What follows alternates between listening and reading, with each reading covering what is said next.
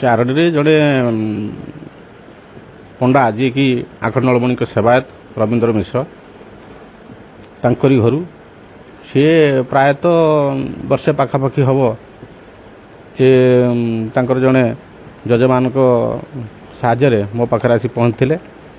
ତାଙ୍କ ଘରକୁ ପୂର୍ବରୁ ବହୁତ ସାଧୁ ସନ୍ନ୍ୟାସୀ ସନ୍ଥ ଯେଉଁମାନେ ଯାଆନ୍ତି ସେମାନେ କହିଛନ୍ତି ତାକୁ ଯେ କି କିଛି ଜିନିଷ ଜଣାପଡ଼ୁଛି ଏ ଘରେ ଏ ଜାଗା ଉପରେ ଥିଲା ଭଳି। ତାଙ୍କ ଘରେ ବି ବହୁତ ଏହା ପୂର୍ବରୁ ଅଘଟଣ ସବୁ ଘଟିଛି। ତେଣୁ ସିଏ ଆସିକି ମୋତେ କହିଲା ପରେ ମୁଁ ଯାଇକିରି ସେଠୁ ମାଟି ଆଣିଲି।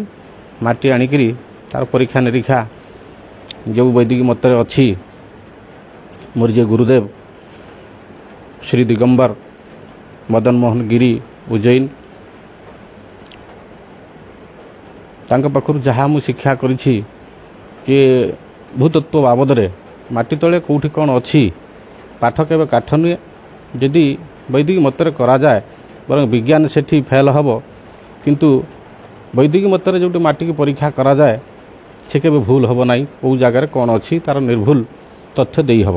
ସେହି ଅନୁସାରେ ମୁଁ ଜାଣିବାକୁ ପାଇଲି ଯେ କି କିଛି ଧାତୁ ଦ୍ରବ୍ୟ ସେ ଜାଗା ଉପରେ ଅଛି।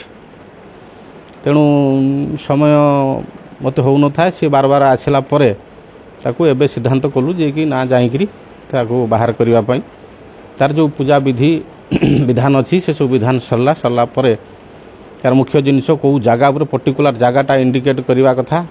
ତେଣୁ ସେ ଘରର ମାପଚୁପ ସବୁ ନେଇ ବିଧାନ ଅନୁସାରେ ସେ ଘର ଭିତରେ ଗୋଟେ ଜାଗା ଜଣାପଡ଼ିଲା ଯେ ଏଇ ଜାଗା ଉପରେ ସେଠି 6 ଫୁଟରେ 6 ଫୁଟ ଗୋଟେ ତାଙ୍କୁ ଚିହ୍ନଟ କଲି।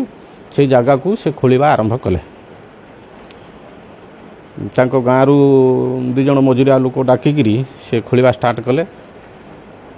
ତେଣୁ ଜଣାପଡ଼ିଥିଲା ଯେ କି ଯାହା କିଛି ଅଛି ସେ ସବୁ 15 ଫୁଟରେ ଯାଇକି ଅଛି, 14-15 ଫୁଟ ଭିତରେ। ତେଣୁ 12-13 ଫୁଟ ପର୍ଯ୍ୟନ୍ତ ସେମାନେ ଖୋଳିଥିଲେ।